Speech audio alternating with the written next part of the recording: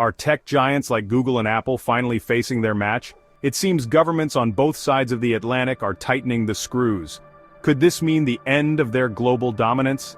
Stick around, because today, we're breaking down the key battles rocking the United States and Europe. And trust me, some of these moves are more dramatic than a courtroom drama. Also, ever wonder how much a company can pay in fines and still call it just a bad day? Let's dive into that too. So, why are tech companies under fire now, and what does it mean for us, the users? Let's start in the US, where the action is heating up. First up, the United States. This year has seen one of the most aggressive antitrust pushes in decades. Lawsuits against Google are gaining traction, and the FTC is laser-focused on whether Amazon's marketplace stifles competition. Here's where it gets juicy. Court documents revealed internal memos showing executives discussing ways to neutralize competition. Doesn't that sound straight out of a spy thriller? But wait, what does this mean for us? Higher prices, less innovation, or maybe smaller companies finally getting a chance?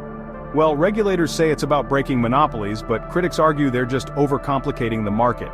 And get this, one court ruling could force Google to break up its search engine from other services. Imagine a Google Maps that isn't owned by Google. Meanwhile, across the pond, the EU isn't playing nice either. In fact, their regulations make the US look tame. Let's take a closer look.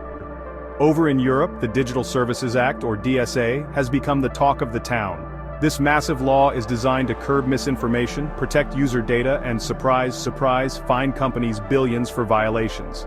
How big are we talking? Meta recently faced a $1.3 billion fine for mishandling European data. For context, that's about the price of 10,000 Teslas.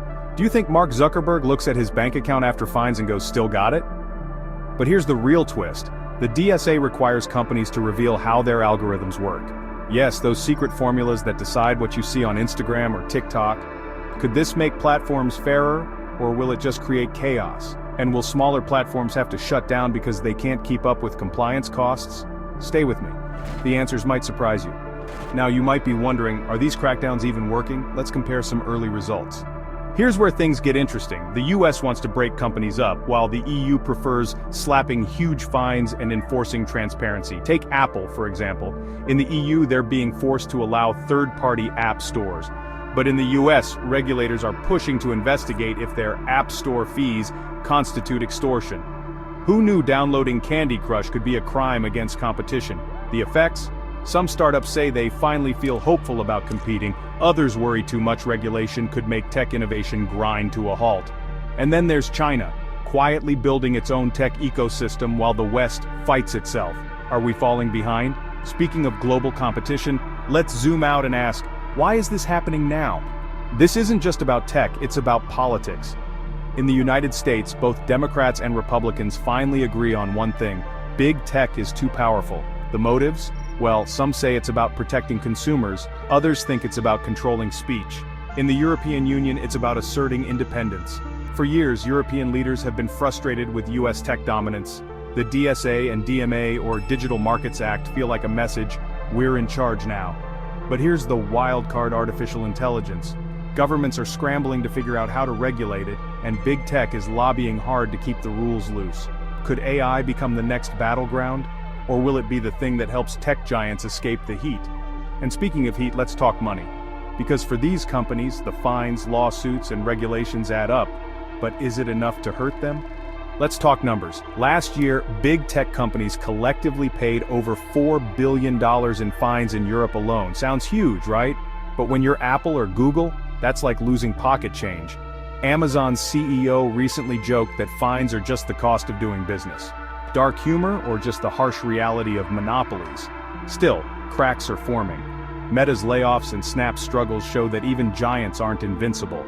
Could stricter regulations finally level the playing field? Or are we just setting the stage for a new kind of tech empire to rise because someone always steps in to fill the void? So, where does this leave us as users? For all the drama, what does this mean for you and me? Ideally, we'd see more choices, lower prices, and better privacy protections. But there's also the risk of services becoming more fragmented or expensive. Imagine having to pay extra for services you used to get bundled, no more free Gmail with your Google search. At this rate, we might end up nostalgic for the days of annoying cookie pop-ups. The real question is whether governments can enforce these rules without stifling innovation. Will they succeed? Or will big tech find a way to win again? This is far from over, and the stakes are higher than ever. If you want to stay updated on other big US stories, including how these tech battles tie into national politics, check out my next video. It's all about the latest shakeups in Washington, and you won't want to miss it. Click here to keep watching. And that's a wrap. Thanks for watching, and let me know in the comments. Whose side are you on? Big tech or big government? Don't forget to like, subscribe, and share this video with someone who's always on their phone. See you in the next one. Pause 2S.